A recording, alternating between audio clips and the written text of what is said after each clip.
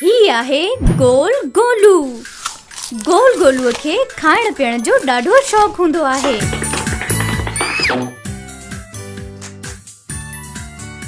गोल गोलू ख़बर अथई फेट्स खाइण असांजे सिहत लाइ नुक़सानकार आहिनि।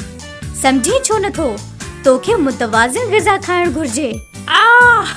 मुतवाज़िन ग़िज़ा छो खावां मां मुतवाज़िन ग़िज़ा? इन जे लाइ छो त सेहतमंद रहण जे लाइ मुतवाज़िन ग़िज़ा यानी बैलेंस डाइट तमाम ज़रूरी आहे। Balance diet means a right proportion of food nutrients.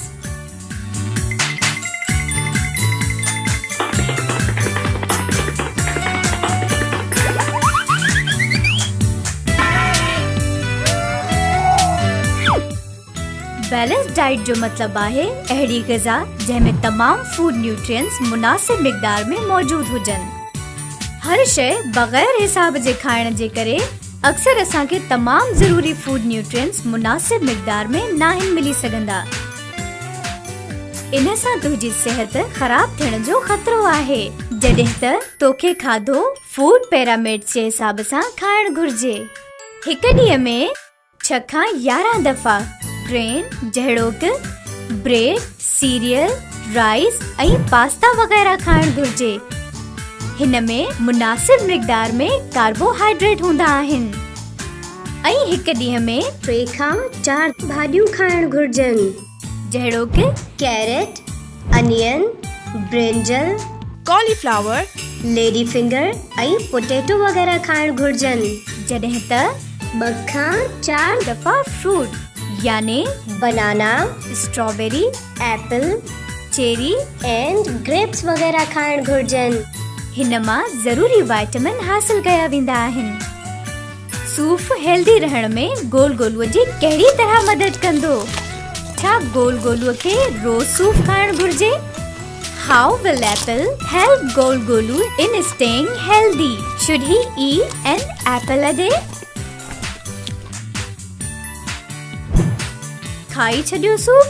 हाणे ॿुधो, हिक ॾींहं में 2 खां 3 दफ़ा डेयरी प्रोडक्ट्स जहिड़ोकि मिल्क, चीज़, बटर, योगर्ट ऐं 2 खां 3 दफ़ा मीट, chicken, fish, egg, beans and nuts वग़ैरह खाइण घुर्जे। हिन सां ज़रूरी प्रोटीन्स ऐं मिनरल्स हासिल थींदा आहिनि। सोचो प्रोटीन्स ऐं मिनरल्स तंदुरुस्त रहण में असांजी कीअं मदद कंदा आहिनि? हाउ डू प्रोटीन्स ऐं minerals help us in staying healthy? गोल गोलू ॾिस, फूड पिरामिड्स खे पेस्ट्रीज़ ऐं केक घणी मिक़दार में खाइण सां वज़न गैर मुनासिब थी वेंदो आहे। इन जे लाइ फेट्स जहिड़ोकि वधीक सणभ वारियूं शयूं ऐं मिठियूं शयूं जहिड़ोकि मिठाई, केक ऐं पेस्ट्रीज़ सभ खां घटि मिक़दार में खाइण घुर्जनि। Use sweets and fats infrequently and in small quantity. मां त ॿुधो हो त कार्बोहाइड्रेट्स जे मुक़ाबले में फैट्स सां ॿीणी तवानाई मिलंदी यानी एनर्जी मिलंदी आहे। पोइ फैट्स वारियूं शयूं घणी मिक़दार में खाइण कीअं नुक़सानकार थी सघनि थियूं? छा तव्हां ॿुधाए सघो था? Fats provide us with more energy than carbohydrates. Then why do you think eating fatty food is not healthy?